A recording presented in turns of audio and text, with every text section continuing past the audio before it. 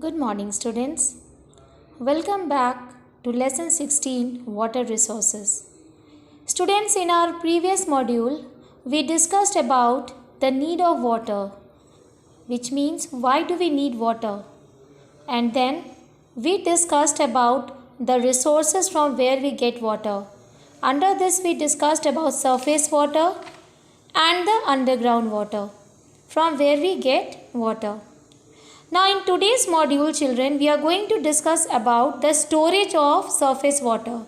Surface water, children, as I discussed in the previous class, we get this from ponds, lakes, man-made canals, etc. But how do we store that water? So first one comes under this is tanks. Now children, tanks are generally made in hilly areas and plateau regions. Why? Because the land over here is very hard and rocky and it is not possible to dig the wells. So that is why tanks are created where this water is stored, which can be used later on. And these tanks, children, it is generally used in Tamil Nadu, Karnataka and Andhra Pradesh. Now the next important storage of surface water comes as dam. Children, we all have seen dam. One dam is near to our school also. You all are knowing. That is Bhagra Dam. But do you know what is a dam? Okay, I will tell you. A dam is a barrier or a strong wall which is made of concrete and steel to control the flow of water in the river. So it is just a kind of wall which is strong and it is made up of steel and concrete bricks, and it is used to control the flow of water, as well as it also helps to store the water in an artificial lake. That artificial lake, children, it is known as reservoir. So reservoir is a man-made lake which is used for storing the water, and that water can be used for many other purposes later on.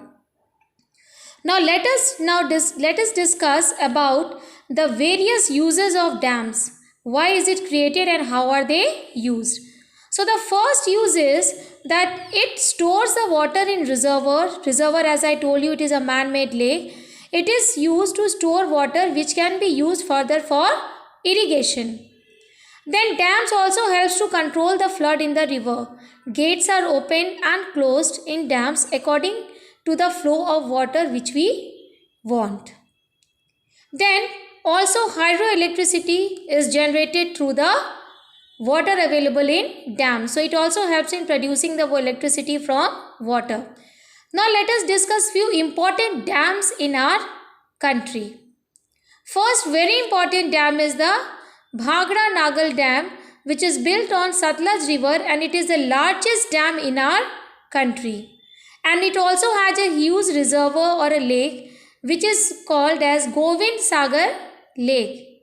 And children, you should know that this reservoir, this Govind Sagar Lake, it is the second largest lake in our country. You can also see the picture of this Bhagra Nagal Dam, children. It is given in your book. And the Govind Sagar Lake, which is constructed as a reservoir to store the water of this Bhagra Nagal Dam. And children, it mainly produces electricity and generates electricity and supply it to Punjab, Haryana, Himachal Pradesh, Rajasthan and Delhi. Now the second very important dam is Tahiri Dam. You can see in the picture also, children. It is given in your book. It is a Tahiri Dam which is located on Bhagirathi River in Uttarakhand, and it is the highest dam in India, and it is the 8th tallest dam in the world. Children, mind it, it is the 8th tallest dam in the world. Now the third most important dam is the Indira Sagar Dam, children, which is made on river Narmada in Khandwa district of Madhya Pradesh, and it has one of the largest reservoir in India.